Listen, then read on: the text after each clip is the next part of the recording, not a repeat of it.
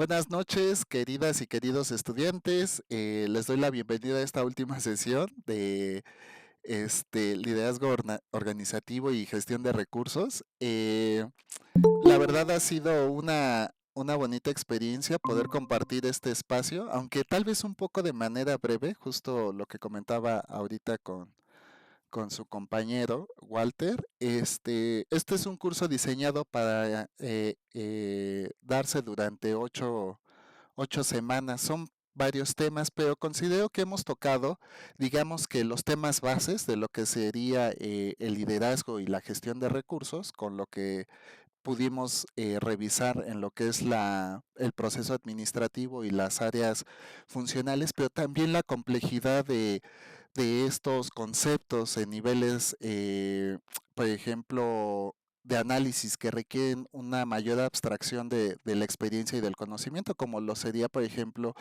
la resolución y evaluación, ¿no? De problemas que se pueden presentar al interior de las empresas. Creo que es importante anotar que pese a que hemos tratado de revisar los temas de manera concreta y lo más pronto posible, de manera efectiva, son temas que por sí mismos van a ser muy extensos.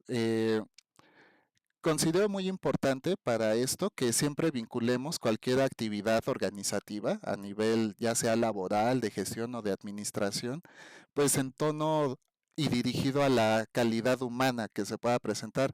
Todas las organizaciones va a ser imprescindible el recurso humano y esto trae una serie de situaciones y complejidades por el entorno social en el cual se tejan estas relaciones, ¿no? Esta construcción del sistema social. Hay una disculpa, ando un poquillo incómodo de la garganta por estos cambios de clima. De hecho, ahorita traigo suéter y todo. Traía gorro, pero ya se me hacía un exceso para presentarme con ustedes el día de hoy. Pero si me escuchan toser o algo, disculpen la molestia.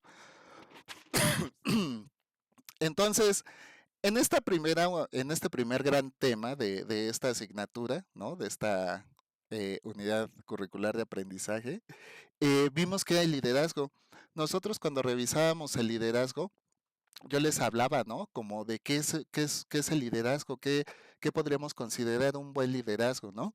Entonces, hay un asunto con el liderazgo y es algo que de manera sintética quiero decirles, ¿no? El liderazgo regularmente funciona mejor cuando se encuentra en posiciones estratégicas dentro del organigrama de cualquier empresa, ¿no? Sin duda. Pero hay un tema mucho más importante y es que a veces el liderazgo, ¿no? Por complejidades del circuito social, ¿no? Organizativo del cual estemos hablando o al cual estemos recurriendo de la experiencia, integra diferentes herramientas, ¿no? Yo les decía, bueno, dentro del liderazgo debe haber como herramientas base, ¿no? Habilidades base o habilidades blandas del liderazgo, ¿no? Como tener capacidad de decisión, ¿no?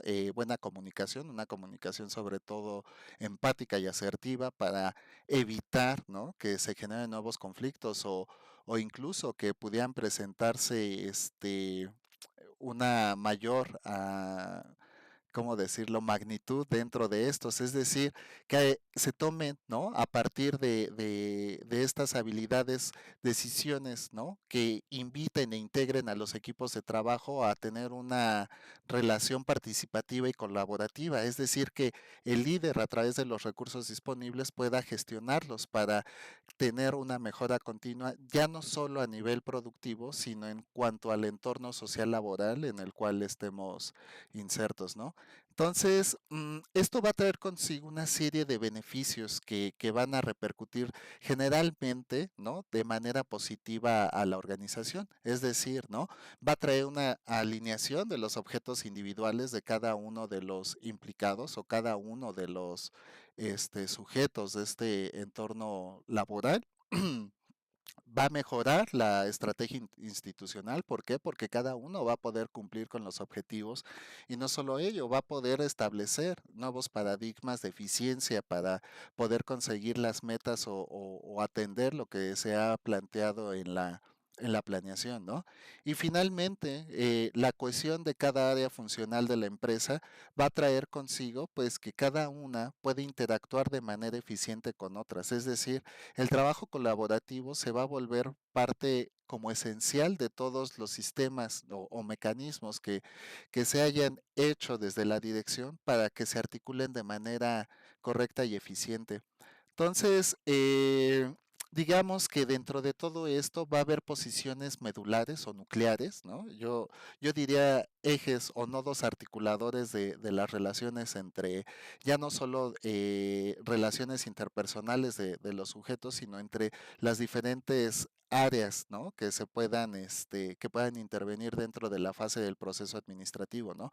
Para ello va a ser muy necesario que cada una de estas figuras que se encuentra a cargo de cada uno de los departamentos, pues tenga esta integridad de juicio, de saber a dónde se dirige, el nivel de participación, ¿no? Que tenga todo estas habilidades de contención emocional, sobre todo, por ejemplo, cuando los proyectos se complican o se presentan vicisitudes que van a requerir no solo no solo de recursos adicionales, sino, por ejemplo, de tiempos complementarios, de trabajo adicional, de hibridación en las funciones o en las actividades, ¿no?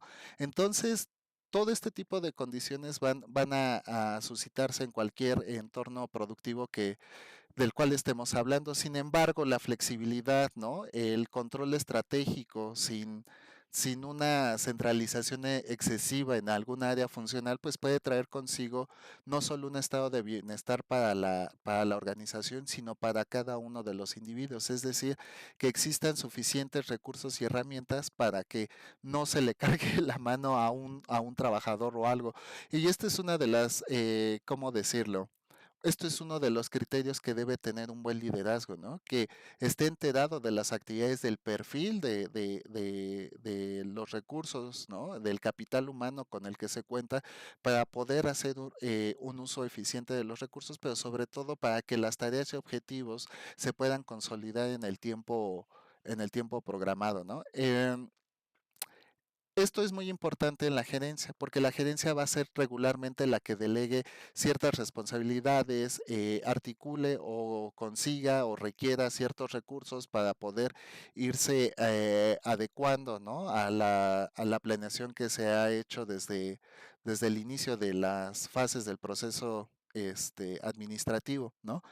Pero esto va a traer consigo diferentes, digamos, tipologías o estructuras de liderazgo insertos en estos mecanismos laborales.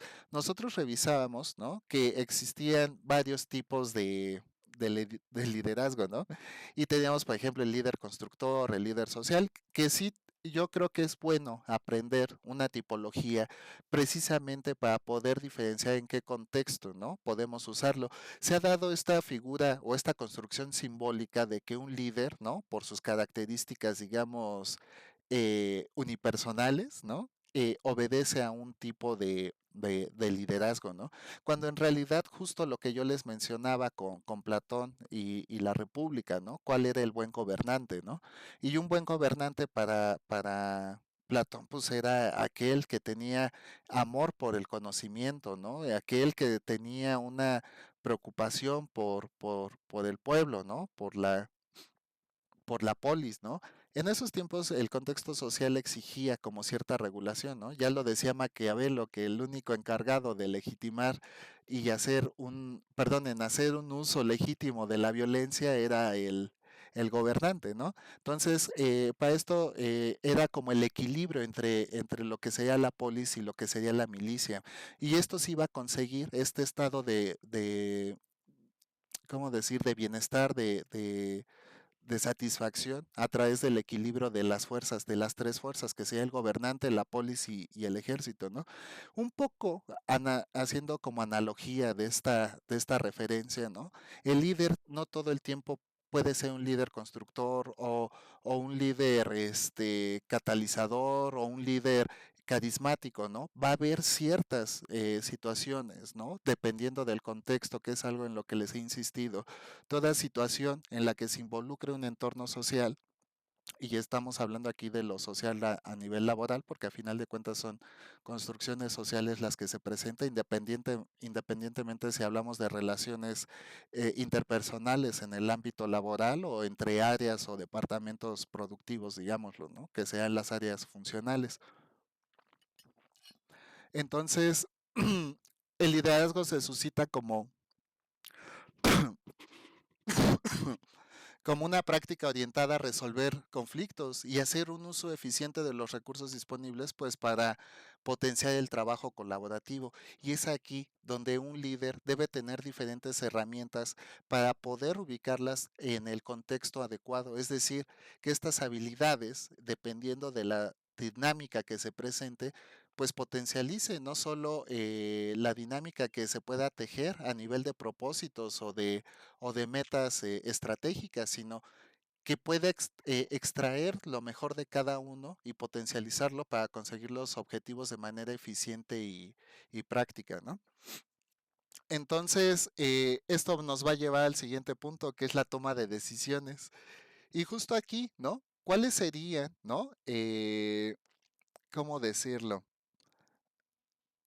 ¿Qué sería lo que le daría cuerpo al líder para darle esta legitimidad dentro de las funciones, ¿no? Y justo es esto, ¿no? Cuando una persona, ¿no? La vemos y decimos, es que es muy maduro, toma buenas decisiones, ¿no? Es que tiene un criterio súper racional y difícilmente se equivoca, ¿no? O pídele un consejo a tal persona. Lo llevamos a cabo, ¿no? A esta transición de lo que sea un problema a cómo resolverlo, ¿no? Muchos de tipos, ¿no? De decisiones se van a basar sobre todo en la experiencia que pueda tener una persona en esta posición de liderazgo. Yo les mencionaba, muchas veces la posición estratégica, por ejemplo, del gerente o de la dirección, o etcétera, dependiendo del nivel del organigrama del que estemos hablando, pues no es referente de liderazgo. Muchas veces el liderazgo por eso emana de los grupos de trabajo, ¿no? Porque es aquí donde verdaderamente existe una correlación de los fundamentos del conocimiento de las aptitudes o de las habilidades o competencias que tienen los compañeros de trabajo. Porque es más fácil, tal vez, que ustedes entre compañeros puedan detectar quién sabe sobre una cosa y quién no sabe tanto de otras cosas, ¿no?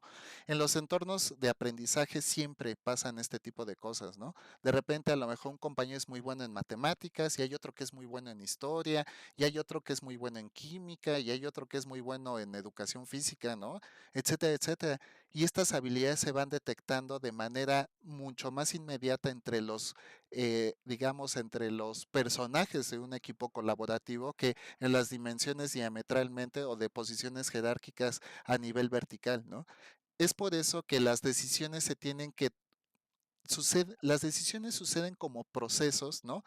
Del eje colaborativo que se podría dar en un entorno de trabajo específica, pero sobre todo en la comunicación interna, ¿no? Y esto va a traer consigo, ¿no? En un espacio de trabajo donde el clima organizacional cumple con las razones de equilibrio, ¿no? De una posición de funcionalidad sistemática, pues en el éxito de los proyectos. Justo les decía, ¿no? Voy a buscar ese estudio porque está padrísimo y siempre lo uso de cita y no me puedo aprender la referencia, pero búsquenlo, ¿no? Como el entorno de calidad productiva en equipos de trabajo altamente competitivos, ¿no? Y entonces se hace una prueba de laboratorio en dos equipos de trabajo, ¿no? Esto creo que fue en Finlandia o algo así. Perdónenme por la ambigüedad, pero es súper interesante el ejemplo, ¿no? Y creo que en algún momento se los llegué a platicar, pero para los que no lo escucharon, ¿no? Hacen dos equipos de trabajo, uno altamente especializado y competitivo, y los ponen a desarrollar un proyecto, y generan otro equipo de trabajo, ¿no? Con pocas habilidades, poca experiencia en este tipo de proyectos, ¿no? Y como que ustedes qué pensarían, ¿qué equipo de trabajo, ¿no? Consiguió mayor nivel de productividad, ¿no? El asunto es que el equipo, ¿no? Altamente especializado, pues tenía baja cohesión social, es decir, cada quien trabajaba de forma aislada, el trabajo o el eslabonamiento productivo no dependía del otro porque cada quien sabía cómo hacer sus proyectos, sus cosas y todo, ¿no? Entonces había poca interacción, ¿no? Y el equipo, ¿no? Digamos, con menos especialización y más y menos experiencia, pues de algún modo, ¿no? Tenía mayor cohesión social. Entonces, entre ellos se apoyaban, sacaban adelante, se preguntaban, trabajaban, digamos, a marchas forzadas, pero con un mayor eje de productividad, porque ahí viene la otra. No solo es, yo diría, como sacar, ¿cómo decirlo? Piedra de la mina, ¿no? También hay un eje en el que se tienen que atender las correcciones que puedan presentarse o incluso, ¿no? La integración de los recursos disponibles para mejorar el proyecto, ¿no? Dice Walter, claro, la gestión de recursos es importantísima que a veces se llega a confundir con la administración. Ya, era de lo que estábamos hablando. A veces son muy racionales, pero poco razonables. Ujú, justo, ¿no? Eh, Cuando necesitamos, ¿no?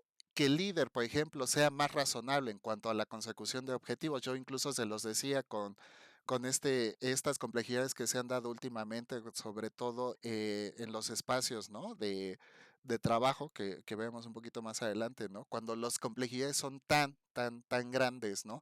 Que se empieza a hablar, por ejemplo, de explotación laboral o de otros temas ya de manera emotiva y psicológica, como lo sería el burnout, ¿no? Si el líder no es razonable, ¿no? Y se vuelve muy racional, es decir, conseguir el objetivo por cualquier medio, sin considerar las causas que podrían afectar al equipo de trabajo, pues esto sería una situación muy anómala para la organización. ¿Por qué? Porque debilitaría la emotividad del equipo de trabajo, debilitaría la integración del equipo de trabajo. Y como les he dicho, ¿no? La situación de liderazgo, pues primariamente es favorecer la especialización, las habilidades y competencias de cada uno de los miembros del equipo colaborativo, ¿no? Ofrecer la flexibilidad necesaria para conseguir, ¿no? Los objetivos que se han planteado en la planeación y sobre todo evitar una centralización sobre una persona o un equipo, ¿no? Para poder conseguir los objetivos, ¿no? Entonces, dentro de todas estas situaciones se va encaminando, ¿no? A la resolución de conflictos. Y justo, ¿no? Cuando necesitamos ser racionales, ¿no? Y no lo somos, ¿no? Entonces dejamos de lado. Yo diría que muchas veces se necesita un equilibrio, ¿no? Entre la racionalidad, ¿no? Y la razonabilidad. Que la razonabilidad en algunas literaturas podríamos entenderlo, ¿no? Como esta capacidad de entender el contexto en el cual se están tomando ciertas decisiones. Y lo racional sería en cuanto al máximo beneficio, ¿no? Lo cual dictaba la teoría de la elección racional de la economía clásica, ¿no?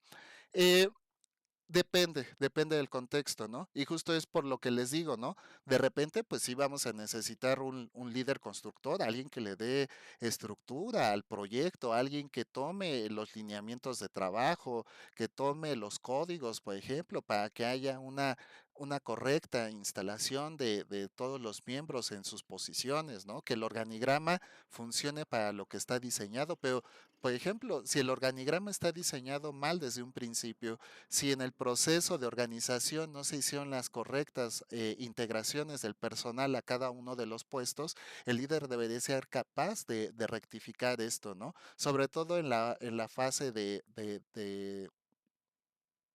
ay, se me fue de control, ¿no? Este, Bueno, perdón, me fui un poquito, ¿no? Pero justo, ¿no? De poder entender, ¿no? Cuál es la composición y ya aquí va a entrar un efecto, porque definitivamente se pueden atender, ¿no? Ciertas necesidades de los procesos productivos, pero también, si no se cuenta con el suficiente criterio de atender ciertos ejes, ¿no? De lo que sería la racionalidad económica, se podría, ¿no? Empezar a sustituir unas cosas por otras. Y de repente, a lo mejor alguien dice, oye, no, pues pídele trabajo al jefe porque siempre nos da chance de faltar, ¿no? Y entonces ese trabajo tal vez que no se está haciendo, pues se le pide a otro compañero que apoye para que no se retrase, ¿no? La producción o para que no afecta el eslabonamiento productivo, tal vez en otras áreas operativas o en otras áreas funcionales, ¿no? Es un tema muy complejo, depende mucho, por eso el análisis del estudio de todo este paradigma organizacional pues se ha vuelto tan imprescindible para cualquier, ¿no? Proceso de gestión administrativa que se dé en una empresa. Porque sí, definitivamente las consideraciones dentro de lo que sería la fase del proceso administrativo, pues va a repercutir sobre todo, ¿no? En la cadena de valor, que es a lo que se dedican, digamos, o como un objetivo de las empresas. Entonces, justo, ¿no? En este azar de situaciones que se pueden presentar en los entornos productivos, en los entornos organizacionales, ¿no? Pues se va a procurar, ¿no? Que todas las decisiones, pues, nos lleven, ¿no? No solo a, digamos, a conseguir, ¿no? El objetivo utilitario o lucrativo de lo que sería cualquier empresa. Les decía, hay organizaciones privadas, que serían las empresas, y hay organizaciones públicas, ¿no? Que serían pues todas estas instituciones que se encargan de la asistencia social o pública para las personas. También son vistas como, digamos, podrían verse como parte de las fases de un proceso administrativo, pero por, digamos, objetivos diferentes, ¿no? Que sería la consecución de un recurso utilitario o lucrativo, ¿no? Pues nos dedicamos un poquito más a estudiar las empresas privadas, ¿no? Pero justo, ¿no? En este tipo en este tema, ¿no? Yo lo que les decía, pues va a haber una serie de situaciones, ¿no? Que nos ha dictado la economía clásica y pasábamos, ¿no? Desde la teoría de la elección racional, que era el máximo beneficio de los recursos disponibles, a la máxima satisfacción, al fetiche de mercado, ¿no? Y luego a la teoría de la elección social con este Gramsci, ¿no? Que me parece muy interesante, hasta dónde, ¿no? Las presiones estructurales nos determinan en la toma de decisiones. Y justo yo les hacía, creo que la primera o segunda sesión, no recuerdo, esta pregunta, ¿no? ¿Por qué elegimos ciertas cosas? ¿Por qué es lo que formativamente y conscientemente nosotros estamos destinados, ¿no? O porque es lo que el entorno nos permite decidir, ¿no? Y justo, ¿no? En esta división que hace Gramsci sobre clases dominantes y clases subalternas o subversivas, ¿no? Las dominantes son todas aquellas que pueden tomar, ¿no? Como este tipo de decisiones, digamos, como de libre albedrío, de libre agencia, de libre elección, ¿no? Para todos los demás, incluyendo el entorno productivo, pues vamos a estar sometidos por estas presiones estructurales. Hablemos de estructuras, ¿no? Sobre todo, por ejemplo, en el trabajo, lo que serían códigos de conducta, alineamientos de trabajo, los reglamentos internos. Luego vamos a tener tal vez hablando de regulación, pues las superestructuras, ¿no? En nuestro caso, por ejemplo, sería la primera superestructura, la Ley Federal del Trabajo, y luego la otra superestructura, ¿no? Dominante sobre esa, sería la Constitución en el artículo 123, ¿no? Entonces, vamos a estar regulados constantemente por todas estas estructuras y nuestra capacidad de elección, nuestra capacidad de decidir sobre el contexto va a estar muy limitada muchas veces, sobre todo a nivel interno, por los manuales de procedimiento, ¿no? Que en algún momento tal vez los han escuchado, ¿no? Entonces, es muy importante, ¿no? Que dentro de todas estas fases, ¿no? Del proceso administrativo, ya me acordé porque hace rato me quedé pensando, porque les dije control y no era control, era dirección. Me había brincado esta fase, pero bueno, se vuelve súper importante, ¿no? Porque dentro de cada una de las fases va a ser muy importante reconocer, ¿no? Si el proceso administrativo se está cumpliendo de manera eficiente. Dentro de la planeación les decía, incluso se pueden hacer excelentes planeaciones y les ponía el estudio de caso de la compra de Volkswagen por parte de Porsche, ¿no? Que algo falló, algo estructuralmente falló y no es que se haya hecho tal vez una mala planeación ni se hayan tomado malas decisiones. Creo que al final sí se toman un par de muy malas decisiones, ¿no? Pero muchas veces, ¿no? Las organizaciones van a estar permeadas, por ejemplo, por la estructura macroeconómica que vive el mundo en ese momento, ¿no? Otro tipo de empresas incluso van a estar, ¿no? Afectadas no solo por lo macro, sino por lo microeconómico, ¿no? Que era lo que les mencionaba en algún momento con todos estos modelos productivos, ¿no? Y, por ejemplo, la capacidad que tiene el enclave productivo, por ejemplo, de nuevas industrias aledañas este, a una gran fábrica, ¿no? Yo les ponía el caso de la General Motors de Silao, ¿no? Que en su momento era no sé si ahorita, yo creo que sí, porque las armadoras chinas andan con todo, ¿no? Pero en su momento, la General Motors pone su super fábrica, la más grande del mundo, la que tenía el mayor estándar de calidad y todo. ¿Y qué generó esto? Pues no sé, 10,000 empleos. Pero el enclave productivo, o sea, todas las microindustrias que se generaron alrededor para satisfacer, ¿no? Lo que sería el completo armado de automóviles o el completo armado automotriz, pues requirió de muchísimas pequeñas empresas. Esto, ¿no? En alguna clase de historia tal vez lo hayan revisado. Así se dio. La revolución industrial no fue el nacimiento de la máquina de vapor, el nacimiento de las grandes fábricas. Para muchos historiadores,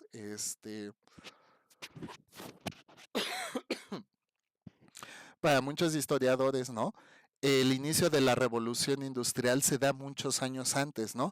Y se da en la transformación del cambio de paradigma, ¿no? Del eje productivo. De repente, antes, el trabajo de taller, pues se daba como de manera muy artesanal, muy poco productiva. Es decir, se creaba, por ejemplo, un par de zapatos cada 3 meses, ¿no? Y entonces estos zapatos eran para cierta persona.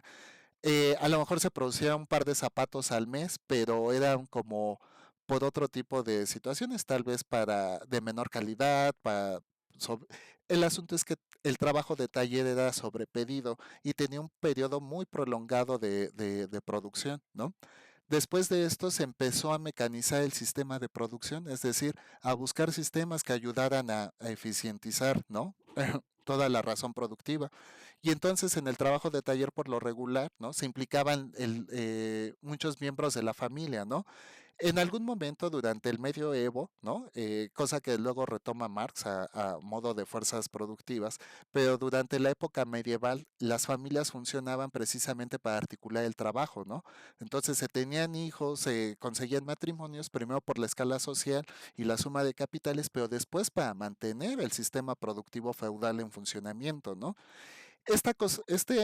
Este sistema, ¿no? De legitimidad laboral, digamos, a modo productivo, lo retoma Marx. Y Marx nos decía precisamente, ¿no?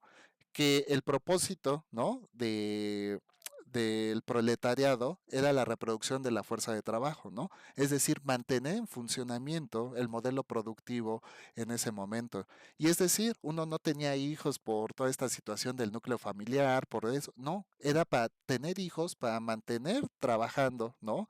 La máquina operaria y productiva de ese momento, ¿no? Entonces empiezan a afinar diferentes tipos de clases sociales. Esto trae consigo también una transformación en la toma de decisiones, ¿no? Justamente ahora, y ya lo que les decía en las sesiones pasadas, ¿no? Lo que trajo esta serie de transformaciones ideológicas y paradigmáticas para los sistemas de modelos productivos fue la escuela de las relaciones humanas, ¿no? Porque hasta antes de esto lo que abundaba era el modelo taylorista fordista, ¿no? Que proponía pues un eslabonamiento productivo, ¿no? Basado, por ejemplo, en la mecanización y sistematización de la producción. Les mencionaba el caso de Tiempos Modernos de Chaplin, que representa muy bien cómo era la forma de trabajo, pues trabajos completamente monótonos, repetitivos, enajenantes, cosa que ya había hablado Marx, ¿no? Sobre la alienación y enajenación del trabajo. Para Marx el trabajo tendía, ¿no? Como a alejarnos de esta capacidad humana para enfocarnos directamente en lo productivo, cuando en realidad los seres humanos pues nos complementamos de diferentes áreas, ¿no? Una de ellas, durante mucho tiempo, y tal vez hasta este momento que hablamos de Marx, siglo XIX más o menos, era, ¿no? La construcción del ser humano a través de lo que sería el trabajo, pero también del ascenso espiritual, lo cual sería el aspecto socio-religioso, ¿no? Hay mucha literatura, pero digamos que la progresión de esto se da desde San Agustín, ¿no? Pasando por John Locke hasta Rousseau, que ya sería los ideales de la ilustración. Marx lo retoma muy bien, ¿no? Habla de estos espectros sobre la funcionalidad productiva, pero llevándolos a los temas de elección racional, ¿no? Y un poquito con el argumento de Walter, ¿no? qué es ser racional, ¿no? Y cómo podemos, ¿no? Minimizar la capacidad de medir, por ejemplo, estos aspectos o parámetros cuantitativos de la economía organizativa. Justamente les decía, ¿no? Para esto se han generado muchos instrumentos, muchas herramientas, ¿no? Que tratan de medir el impacto, ¿no? De los procesos productivos a nivel humano. Esto como les decía, ¿no? Se viene trabajando desde la Escuela de las Relaciones Humanas en los años 30, ¿no? Inicios de los años 30, finales por el 39 con Mayo, ¿no? Y él retoma todos estos ejes particulares de la construcción humana, ¿no? En las relaciones productivas. Ay, perdónenme, no es intencional, ¿no? Pero justo tengo un poquito de resfriado y de tos. Y está hablando, también reseca mucho la garganta. Bueno, el asunto es que este nuevo paradigma trajo, ¿no? Una revolución en la intención y estudio de cuáles eran los niveles de interacción social que se podían presentar en diferentes espacios. Para nuestra conveniencia, pues es ahorita en el espacio productivo. Sí, Walter, el cambio de temperatura, hace poco, o sea, creo que un día antes de que iniciara la onda de frío estuvimos como a 30 grados, fue el jueves. De hecho, fue el jueves porque yo fui a GAM y estuvimos a 30 grados ese día y al otro día creo que empezó la onda de calor y creo que a mí me afectó un poquito más porque todavía recuerdo que me estaba leyendo en la sala y creo que me quedé dormido con el ventilador prendido y ya. Oh, perdón, estoy acá. No me distraigo, soy muy disperso, ¿no? Bueno, el asunto es que esto trajo una serie de factores, ¿no? Que cambiaron el valor paradigmático de cómo entender los entornos productivos.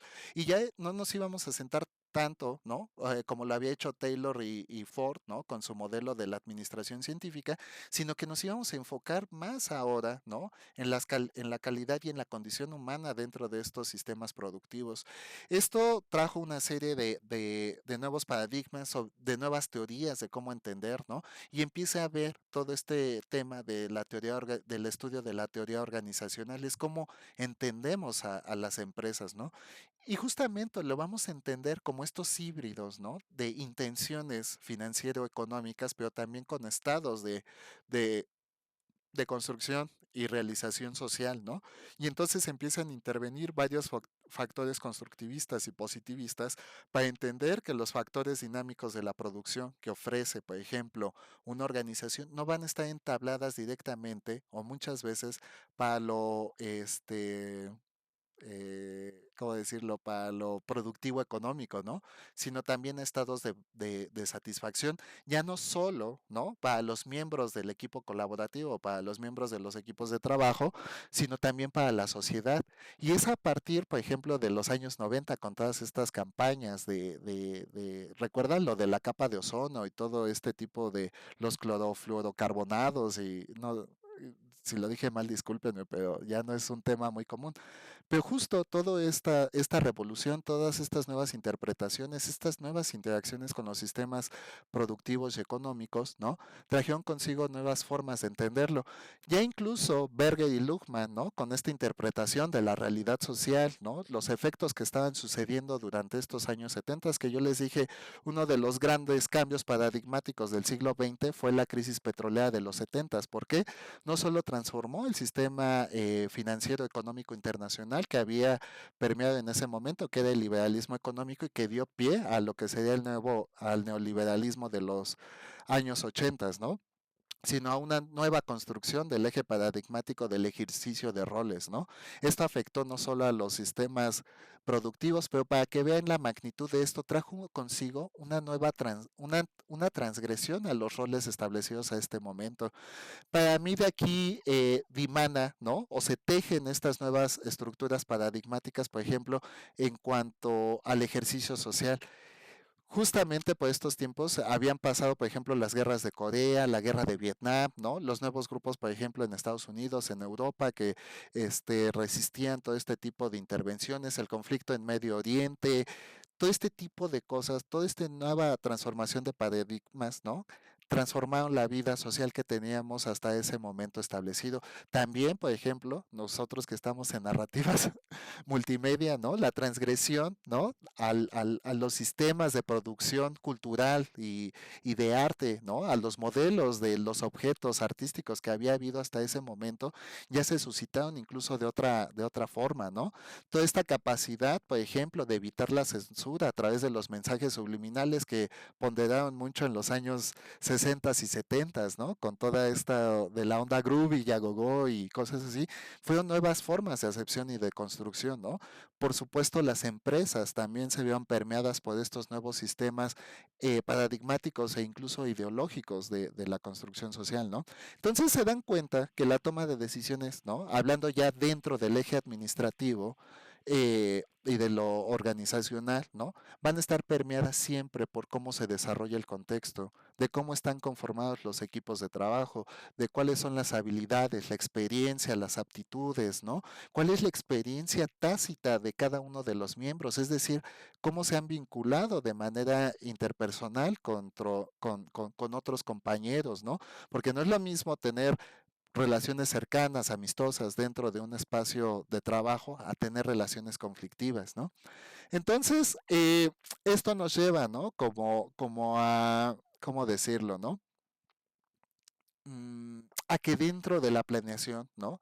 El líder tenga esta capacidad, ¿no? De ver el, la magnitud, ¿no? Del equipo de trabajo en su conjunto, ¿no? Es decir, que pueda medir y anticipar los riesgos, ¿no? Que pueda visibilizar los límites que tiene la misma organización para enfrentar las vicisitudes que se puedan dar de manera contextual digamos, quiero decir de manera interna y externa, pero me suena redundante, ¿no? Pero a que considere los factores internos y externos que puedan afectar, digamos, la planeación, ¿no? Para que ésta se pueda dar, digamos, de manera eficiente, ¿no? Bueno, esto ya lo revisamos, ¿no? Entonces, justo, ¿no? Dentro de las metodologías de planeación y análisis del entorno, ¿no? El análisis estructural nos va a permitir comprender de qué manera, ¿no? Puede funcionar, ¿no? Nuestro sistema, ¿no? A nivel organizativo. Y para ello, ¿no? Yo les decía, bueno, hay como tres niveles, ¿no? Yo siento que está muy bien, ¿no? Conceptualizarlo a modo de tres niveles, porque esto ya nos da, ¿no? Como una manera de entenderlo y de segmentarlo. Fíjense muy bien en este cuadrito que creo que diseña perfectamente, ¿no? Lo que sería la finalidad de un análisis estructural de un entorno de trabajo, ¿no? Y justo, ¿no? El estratégico, el táctico y el logístico. Estos tres niveles, ¿no? Nos van a ofrecer la comprensión del sistema organizacional, poder anticipar y medir los riesgos que podemos enfrentar, pero sobre todo a tener información y poder ver, por ejemplo, en la fase de dirección, con qué objetivos sí se va a poder cumplir y si no para flexibilizar la planeación dentro de la fase de nuestro proceso administrativo. Muchas veces las empresas, por ejemplo, tienden, ¿no? A sacar algún proyecto, ¿no? Algún producto o algo al mercado y sostenerlo ahí simplemente porque esto podría afectar el prestigio, ¿no? ¿Recuerdan cuando Samsung sacó el Note, cuál fue? Creo que fue el Note 7, ¿no? Que la batería explotaba y que no sé qué. Bueno, el costo, ¿no? No fue, digamos, a nivel financiero económico, el de retirar todos sus productos que había sacado a la venta, incluso, ¿no? Cancelar la línea de producción de ese modelo de celular. Fue el prestigio lo que vio afectada a la marca, lo cual sí le trajo una serie de repercusiones, ¿no? Estas son decisiones que se dan dentro de la fase de dirección. Es decir, hasta este punto podemos flexibilizar el proyecto a ver cuánto nos costaría sustituir las baterías, cuánto nos costaría sustituir los productos por nuevos. Saben que la línea de producción está estructuralmente diseñada de manera equivocada, el proveedor de las baterías no funciona, etcétera, etcétera. Se hace un análisis de riesgos, ¿no? Se hace un análisis del entorno productivo, pero sobre todo del mercadeo que se suscitó en ese momento. ¿Y cuál fue la decisión estructural? Anular la planeación, ¿no? este proyecto no salió, este producto no obedece a la cadena de valor que nosotros habíamos propuesto o establecido y no se van a poder conseguir metas, entonces tenemos que retirar porque no hay manera estructural de resarcir los daños de este problema que enfrenta la organización, ¿no? Indudablemente esto trae repercusiones financieras, económicas, la anulación digamos, de un producto nicho porque aparte era el modelo de gama alta en ese momento y todo, ¿no? Pero sí fue necesario hacer una reconstrucción de la planeación. Y entonces, ¿qué? Bueno, tomemos nota de todos estos, ¿no? Ahí ya sería la última fase del proceso, que sería la de control, evaluar cuál fue el problema de todo el proceso administrativo, ver en qué se falló y qué se podría corregir para cuando ay, para cuando se reinicie el ciclo, ¿no? Pues se puedan atender estas situaciones. Recuerden que esto es cíclico, ¿no? Regularmente las empresas, indudablemente, incluso digamos que a nivel personal, cuando nosotros hacemos una administración de proyecto, por ejemplo, ir al gimnasio, ¿no? Pues primero empezamos, ¿cuándo iré al gimnasio? ¿En la mañana y en la noche? Bueno, si lo consulto con mi bariatra, a lo mejor él me puede decir que tengo un sistema metabólico, no sé qué, hay como dormido y despierto o algo así, ¿no? Y entonces empezamos a reunir información para hacer este proyecto, ¿no? Luego organizamos, bueno, para ir al gimnasio, pues voy a necesitar un coach, voy a necesitar un bariatra para que me dé la dieta, voy a necesitar un fisioterapeuta para que me dé este mantenimiento y ver que no me esté lesionando, por ejemplo, la columna, las rodillas o los tobillos o algo, ¿no? Y entonces empezamos a hacer una organización de los recursos profesionales que vamos a necesitar para llevar a cabo el plan, ¿no? En la fase de dirección, oye, ya llevo 2 semanas, 3 semanas, un mes, 2 meses en el gimnasio y veo resultados en esto. Me funcionó este tipo de suplementos, pero este no me funcionó, entonces voy a cambiar este, este suplemento por el de la otra marca, etcétera. Entonces empezamos a flexibilizar, ¿no?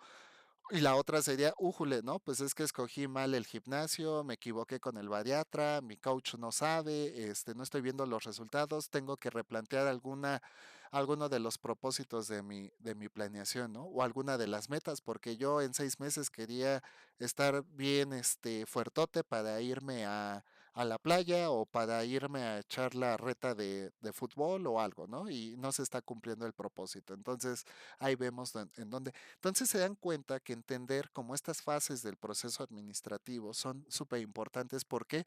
Porque le dan orden y estructura a lo que nosotros queramos conseguir.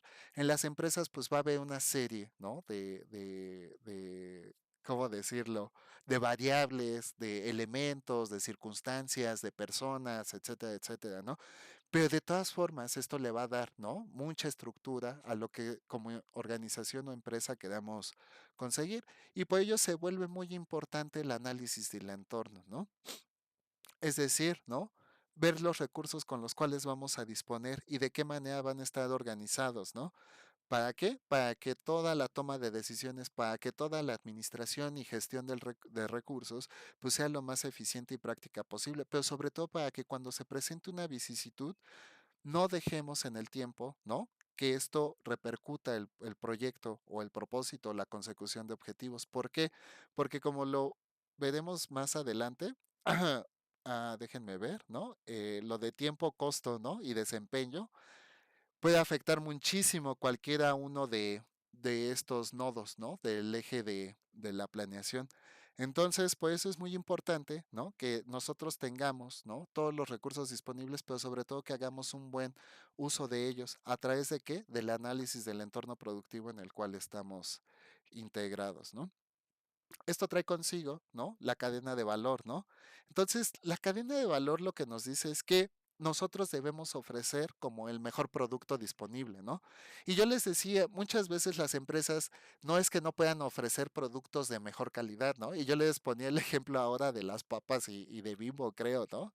No sé si se acuerdan, pero algunos de ustedes sí lo van a recordar, ¿no? El pan Bimbo, cuando yo era niño, ¿no? Por lo que entiendo, traía creo que 24 rebanadas el pan grande, ¿no? Y el empaque era otro, y luego cada 3 semanas había una promoción de, por ejemplo, los carritos, ¿no? De Bimbo, que hace poco vi que salieron, y creo que hasta en ese momento que se los mencioné, ¿no? Pero la verdad, la calidad del pan era otra, no era tan chicloso, yo incluso lo recuerdo con otro tipo ¿cómo decirlo? Pues sí, con otro tipo de sabor, etcétera, ¿no? Luego empezaron, antes pues nada, sabía blanco, ¿no? Y luego sacaron el integral y luego empezaron a sacar nuevos productos. ¿Por qué? Porque el contexto social lo fue demandando, ¿no? Y tenía que haber una oferta para esa demanda que se estaba haciendo. Pero cada vez empezó a haber más impuestos, empezaron a encarecer los costos, ya nada más por un simple efecto de inflación, esto en el tiempo ocurre, ¿no? Pero debido a la condición estructural, por ejemplo, de la economía interna de nuestro país, pues esto se acelera o se puede desacelerar, pero regularmente se acelera, ¿no? Y entonces, para que la gente no dejara de comprar el pan Bimbo grande, ¿qué pasó? Pues empezaron a quitar rebanadas, a reducir la calidad del empaque, a quitar promociones como esto de trae 2 envolturas de pan y te llevas un carrito y un pan chico, ¿no? O llévate unas medias noches o algo, ¿no? Se empiezan a limitar todo este tipo, por ejemplo, de promociones para el público y se empiezan a abaratar los costos de producción. Entonces, de repente ya no se ofrecen los insumos de la misma calidad. Yo incluso creo que la sesión pasada les platicaba este caso de la fábrica en donde hice mi investigación, ¿no? Y era una fábrica papelera y producía a principios, ¿no? Cuando fue fundada, producía el mejor papel del mundo en comentarios que se leen en los libros, ¿no? De la misma fábrica, ¿no? En esos tiempos, a principios del siglo XX, finales del siglo XIX, el mejor papel era el italiano y el alemán, ¿no? Tenían gran reconocimiento, etcétera, y era el que mayor venta ofrecía en el mundo, ¿no? Y aquí en México, debido a la calidad de los insumos, sobre todo el de la producción de celulosa, pues permitía que se hiciera el mejor papel del mundo, ¿no? En esta fábrica. ¿Qué sucedió con el tiempo? Se empezó a encarecer, ¿no? La consecución de estas materias primas, porque no es solo la celulosa, también había químicos que de repente se tenían que traer, por ejemplo, de Europa y esto encarecía muchísimo el costo, sobre todo la producción del producto, ¿no? Entonces, ¿qué empezó a pasar a finales de los años 90, ¿no? Con este crecimiento del modelo económico chino y sobre todo por este libre uso de patentes y de importaciones, ¿no? Para China de exportaciones, ¿no? Para nosotros de importaciones, se empezó a importar mucho papel chino y esto hizo que la fabricación de papel en México entrara en crisis, ¿no? De hecho, hubo muchas revueltas, por ejemplo, del sindicato papelero de nuestro país, precisamente ¿por qué? Porque las condiciones de trabajo se estaban viendo muy afectadas por todo este mercado gris de las importaciones del papel chino. Y entonces, ¿qué pasó con esta fábrica? Pues empezó a abandonar, ¿no? Los nichos de mercado que atendía a manera productiva. Entonces, empezó a sustituir, ¿no? La calidad de su papel por otro tipo de papel y entonces de repente pues esto ya no le permitió conservar, ¿no? Esos contratos que había tenido. Así se suscita en las empresas. Muchas veces no es que no se puedan ofrecer mejores productos y yo les ponía el ejemplo, ¿no? Pues yo soy el rey de las escobas, pero si quiero hacer una innovación disruptiva, ¿no?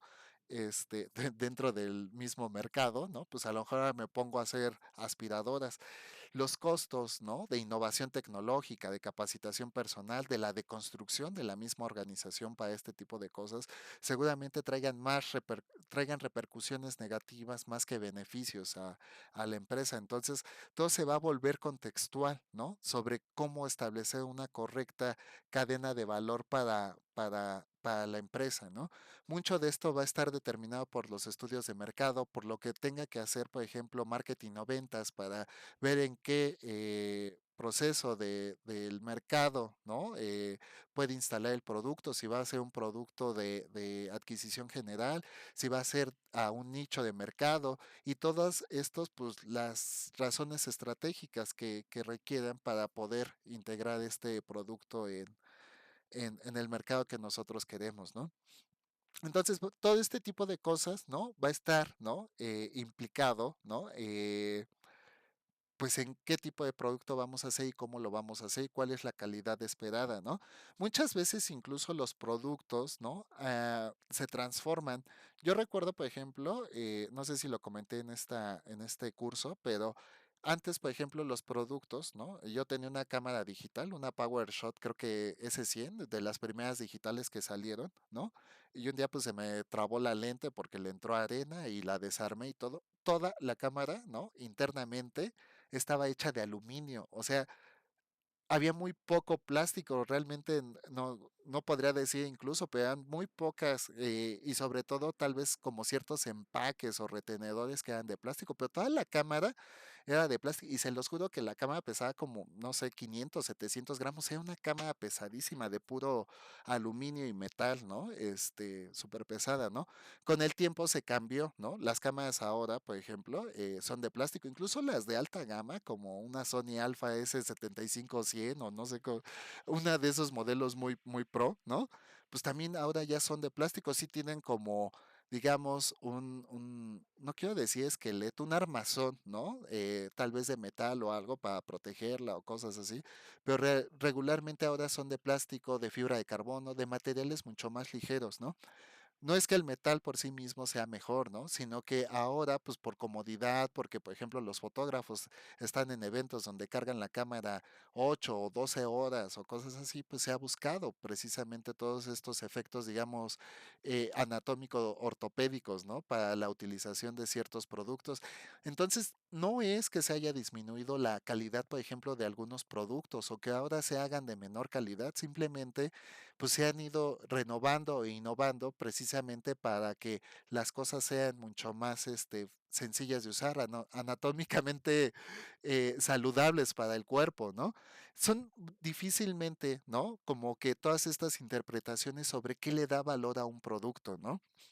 Cómo lo hacemos mejor, cómo mejoramos la calidad del producto, ¿no? Recuerden incluso los celulares de los años 90 que eran verdaderas piedras que pesaban 2, 3 kilos, ¿no? Y luego el cargador pesaba otros 5 kilos, ¿no? Y la batería les duraba 10 minutos, 15 minutos, ¿no? Y luego te vendían las pilas que eran súper costosas.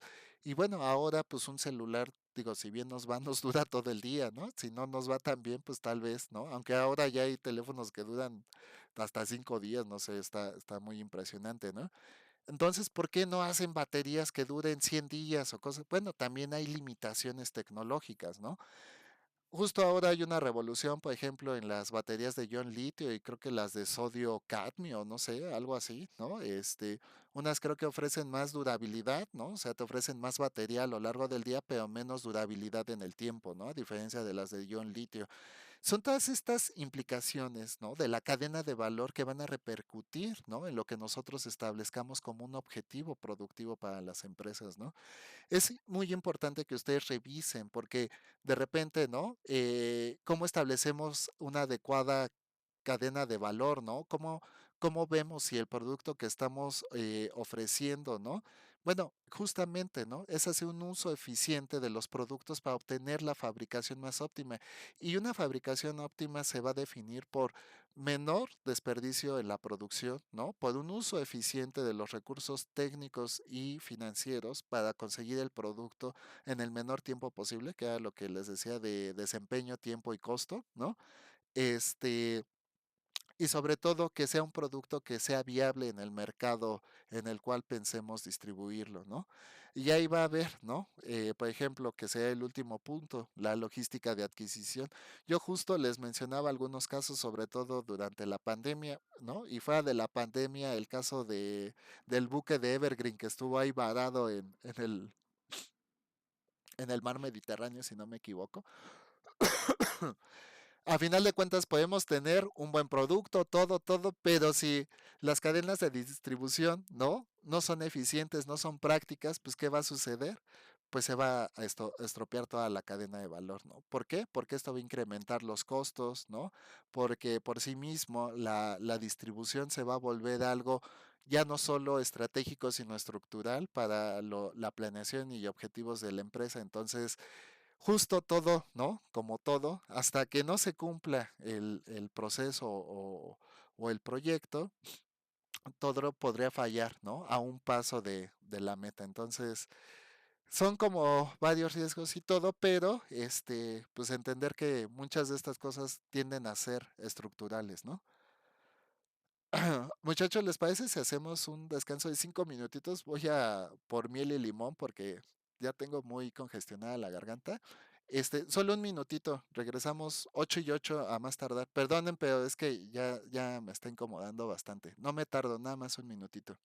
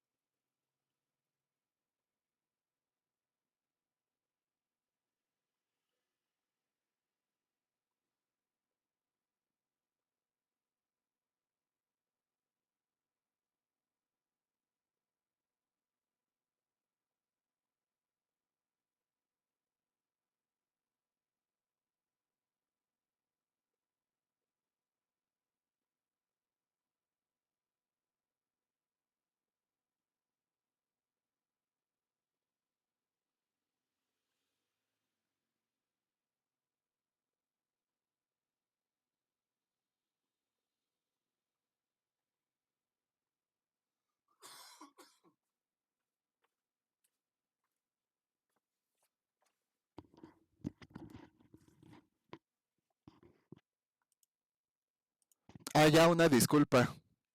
Ay, la verdad es que se me viene la tos y yo creo que es incómodo para ustedes, también para mí porque me distraigo mucho, pero una disculpa. A ver, nos dice Walter, a veces resolver problemas crea más problemas en los centros de trabajo. Es que justo cuando no hacemos esto que les decía, ¿no? Un análisis del entorno, si no reconocemos los niveles en los cuales nosotros dirigimos el análisis, que sería ya lo que sigue, la responsabilidad, el último fin y las actividades, sobre todo en el área de actividades, si nosotros no llegamos a definir bien qué es lo que necesita cada espacio del entorno, se vuelven temas bien complicados. Es que, como tú dices, a veces resolver problemas trae más problemas, ¿no? De repente a lo mejor queremos cambiar, ¿no? No sé, algo muy básico como lo sería, por ejemplo, la impresora, ¿no? Y de repente, ¿saben qué? Vamos a quitar la impresora de cable, ¿no? Por esta que ya escanea y es inalámbrica y todo. Y de repente, ¡pum! Pues nadie sabe configurar los equipos para mandar a imprimir y como no tiene cable o de repente falla el internet y nadie puede mandar. Y entonces, justo, ¿no? Hay como situaciones que por sí misma, por su naturaleza, no son problemáticas, pero muchos de estos, dentro del análisis que hacemos del entorno, por ejemplo, de ver las habilidades que tiene el personal para usar ciertos equipos, instrumentos, herramientas, lo que sea, se vuelve estructural. ¿Por qué? Porque pueden entorpecer, ¿no? La fase del proceso administrativo, pero también, ¿no? La fase de producción. Independientemente del área funcional en la que estemos, porque no siempre va a ser lo operativo donde se afecten las cosas, eso podría ser un sesgo, ¿no? En lo administrativo, en lo contable, todo podría, ¿no? Entorpecerse si nosotros no hacemos un análisis correcto, ¿no? Del entorno. Por eso les decía, este cuadrito se vuelve súper importante, ¿no? Para reconocer los problemas que se podían presentar, ¿no? No solo, ¿no? En cuanto a los recursos tecnológicos disponibles, a las interacciones que se podían presentar dentro de, digamos, del entorno productivo, sino a cómo integramos todo ese tipo, cómo podemos anticipar todo ese tipo de problemas que seguramente vayan a suceder, ¿no? Es como lo de la ley de Murphy, ¿no? Todo lo que puede fallar, fallará, ¿no? Y es que sí, tarde o temprano va a fallar, ¿no? El asunto es cómo prevemos eso, ese tipo de errores o de fallos, ¿no? Muy bien. Y justo llegamos a la conciliación y resolución de problemas.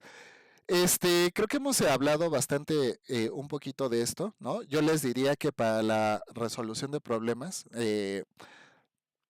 no es que quiera dejarlo desapercibido o algo, ¿no?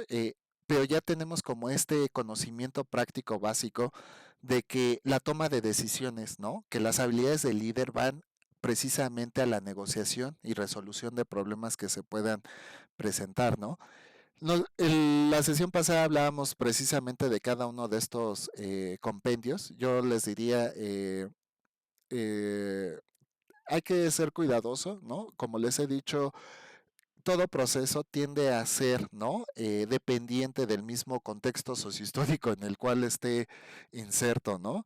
Eh, Creo que una de las condiciones muy importantes en la negociación, ¿no? Y resolución de conflictos, ¿no? Es que el conflicto por sí mismo no es malo. Además, no se puede desprender de cualquier interacción social o interpersonal. ¿Por qué? Porque las relaciones humanas, ahí sí, yo diría por naturaleza son conflictivas. Y no es que haya una naturaleza humana, ¿no? Sino lo natural es que debido, ¿no? A que somos seres complejos, ¿no? No delimitados por una orden o una instrucción universal, sino por una serie de, diría Marx, de nuestra propia construcción histórica, ¿no?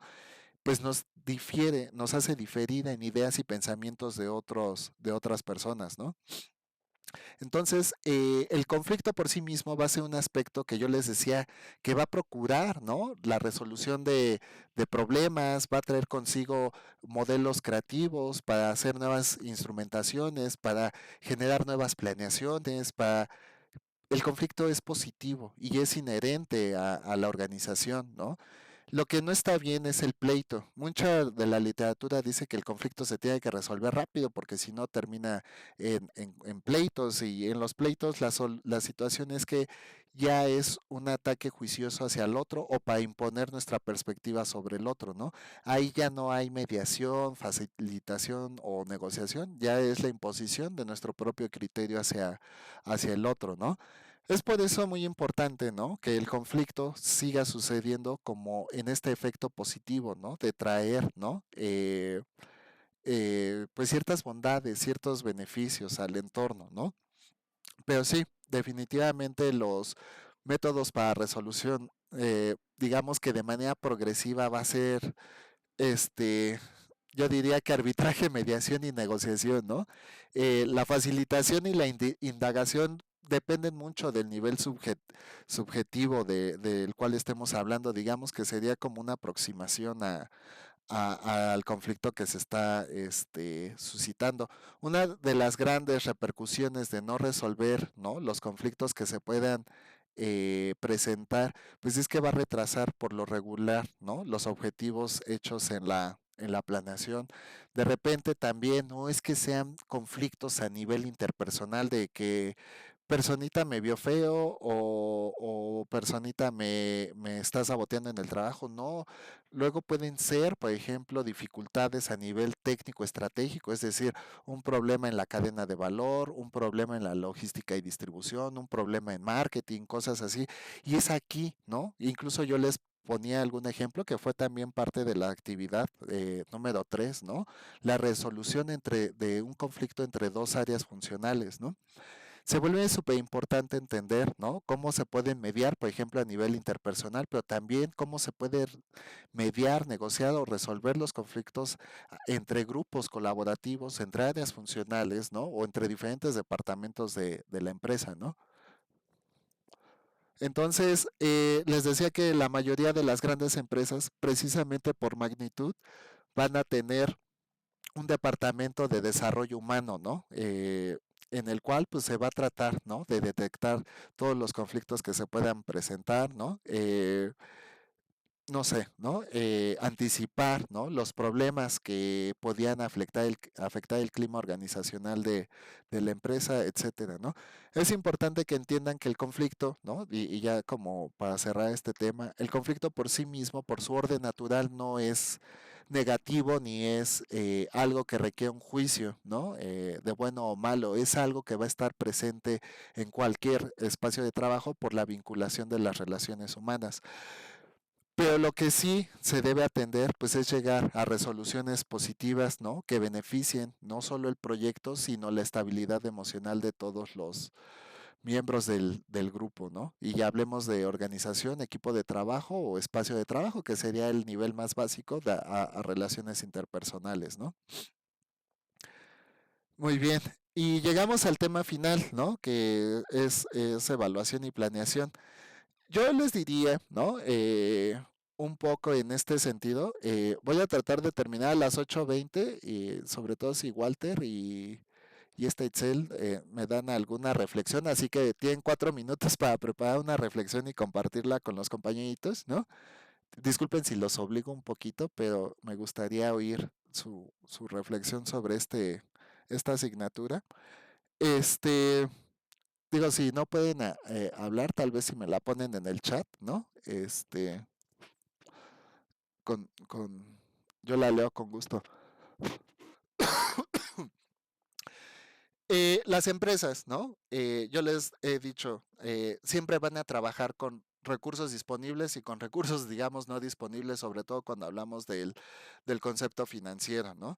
Muchas de las situaciones por las cuales las empresas van a salir adelante van a ser por los planes de financiamiento, es decir, de dónde van a obtener recursos, ¿no? De dónde pueden resarcir pérdidas, de dónde van a poder solicitar, por ejemplo, créditos o préstamos, ¿no? Para esto, pues hay una serie de estrategias de financiamiento y van a estar determinadas sobre todo por el marco macroeconómico, es decir, cómo están las economías, cuáles son los niveles de inflación. En muchos casos, las economías están no quiero decir literalmente, pero están económicamente dirigidas, por ejemplo, por el precio del petróleo. ¿Por qué? Porque el petróleo dictamina todo lo que sería la logística y distribución de los productos. Entonces, si sube el petróleo, tienen que subir el precio de los productos. ¿Por qué? Porque se encarece y esto genera nuevos sistemas de inflación. También depende, por ejemplo, de los niveles de compra y de producción de los países, que es este discurso que traen Estados Unidos y China, ¿no? Es este subtexto del discurso del cambio climático, ¿no? Dice Estados Unidos a China, oye, hay mucha contaminación porque tú produces mucho, ¿no? Y China le dice a Estados Unidos, sí, es que yo tengo mucha contaminación porque produzco mucho, porque tú compras mucho y realmente tus desperdicios producen más efectos en el cambio climático que mi producción. En realidad lo que está parte de este subtexto económico político, pues es que Estados Unidos le dice a China, no produzcas tanto porque yo me endeudo más y esto va en detrimento de mi economía, es decir, crece la inflación, estoy comprando más de lo que vendo, ¿no? Y esto pues va para abajo con mi economía y China le dice, pues yo no puedo dejar de producir porque entre más me compras, más produzco y yo más gano. Entonces China está a la inversa, China vende más de lo que compra. Y entonces es el discurso, ¿no? Político y económico. Justo, ¿no? Las empresas van viendo todo este tipo de condiciones financieras por las cuales pueden establecer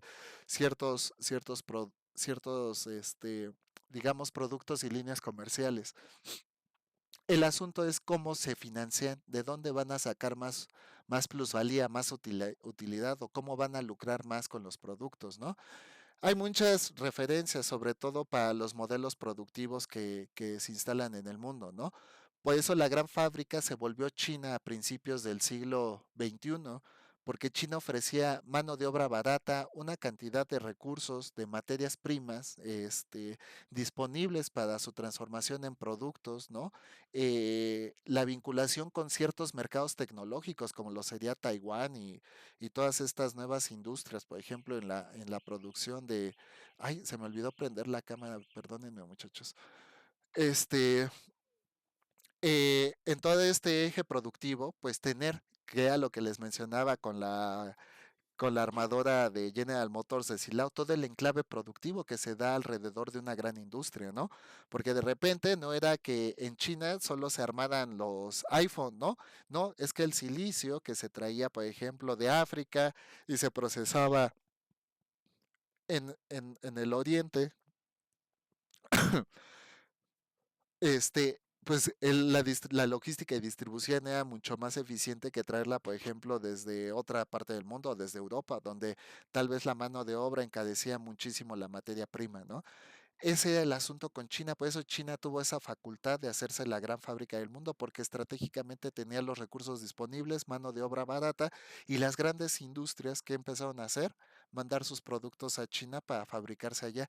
Al principio, ¿no? Justamente durante toda esta construcción de la experiencia, digamos, productiva tecnológica para los chinos, pues se cometían muchos errores y se decía que todos los productos eran de baja calidad, que no, como lo del papel, ¿no? Pues se hacía papel barato y todo porque era de baja producción y todo.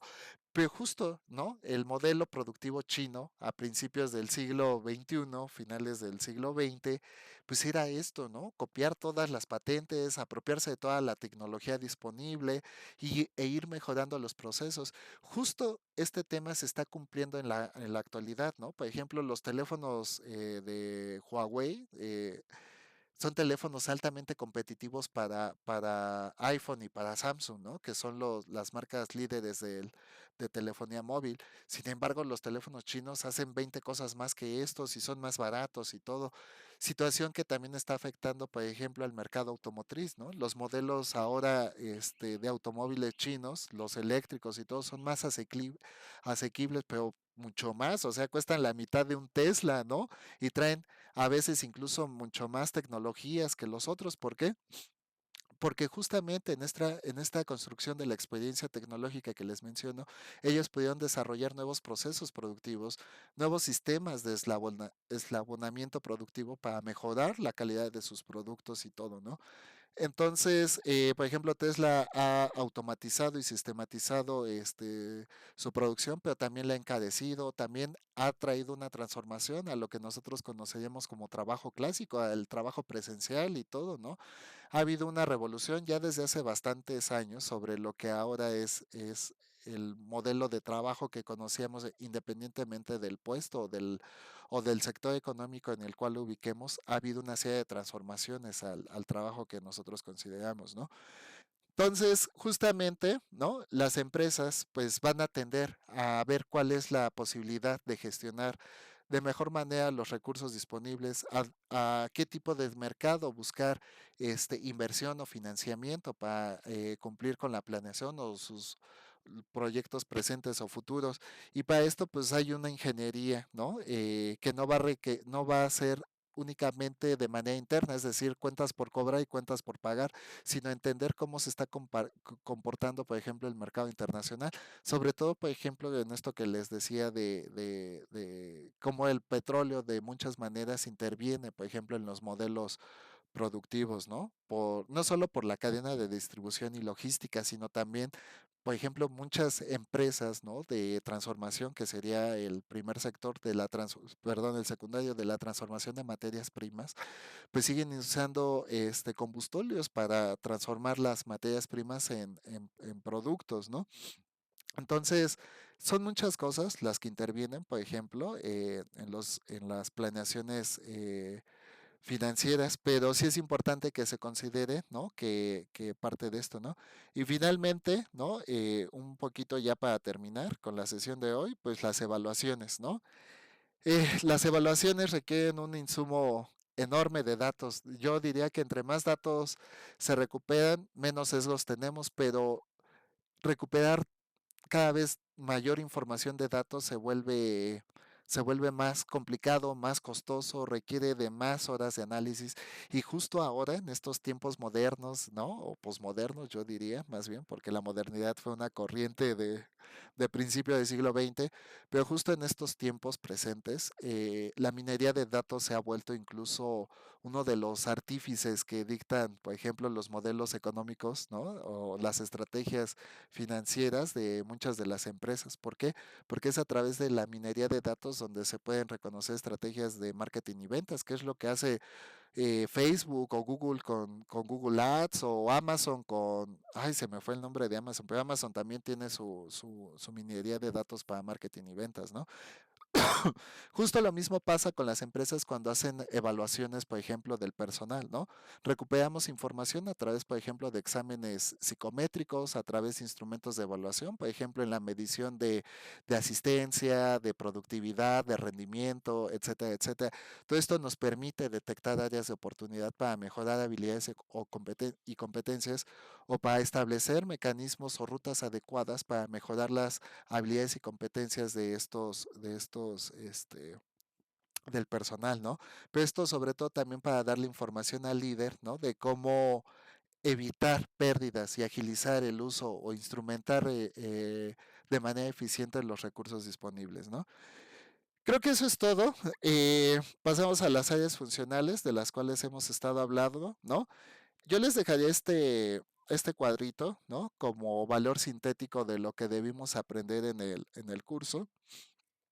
Considero importante que entiendan, ¿no? Como les decía, hay como aspectos básicos para entender la administración y gestión de recursos, ¿no? Que sería el liderazgo y el proceso administrativo y el uso, por ejemplo, o la incorporación de las áreas funcionales como parte de toda esta conformación orgánica de lo que es una empresa, pero vamos a tener temas más complejos, ¿no?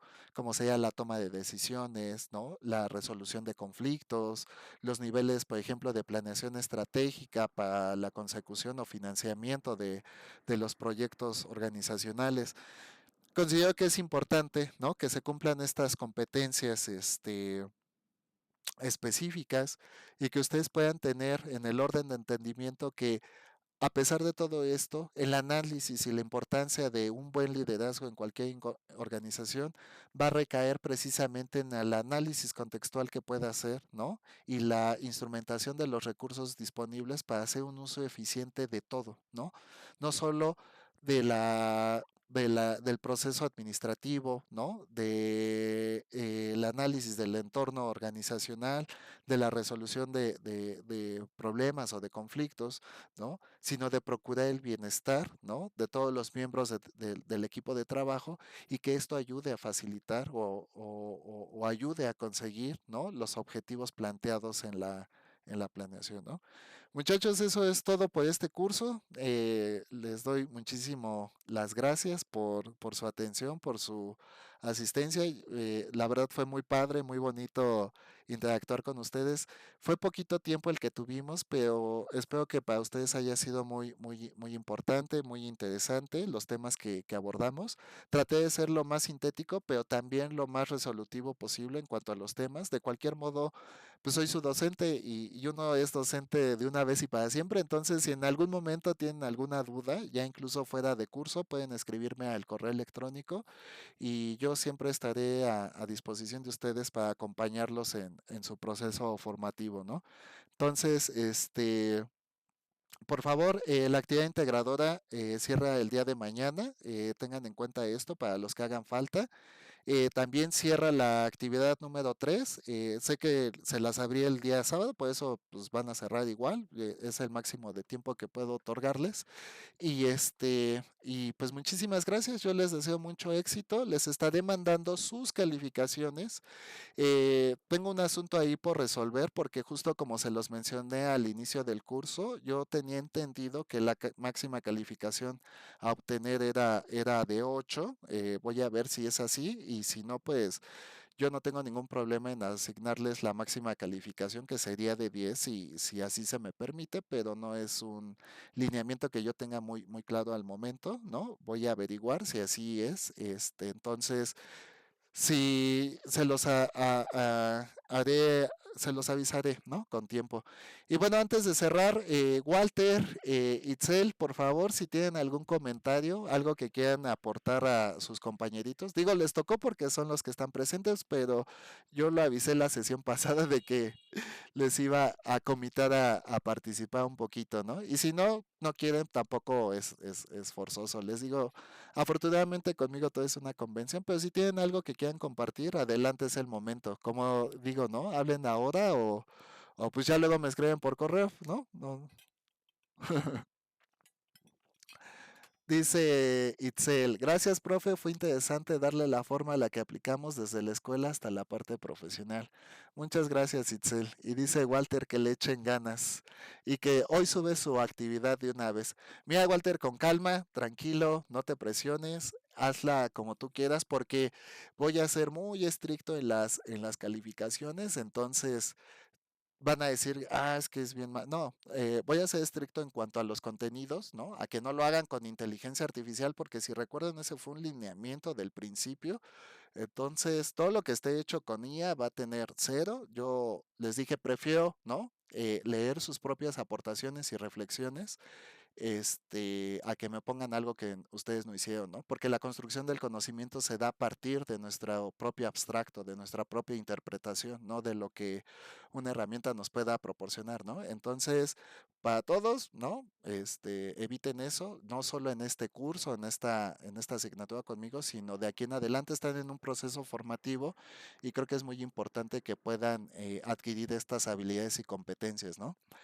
Desafortunadamente la tecnología, así como trae beneficios, trae perjuicios y uno de los perjuicios es que les va a crear sesgos en todas estas habilidades que formativamente deberían adquirir, ¿no? Entonces, es una invitación, ¿no? Para mi curso fue un lineamiento claro desde el principio, así como dos asistencias, a quien tenga tres faltas, ya no pasó el curso, entonces todo está en video, todo está grabado y todo fue convenido desde un principio. Así que mucho éxito, les agradezco su participación y cuídense mucho. Un gusto.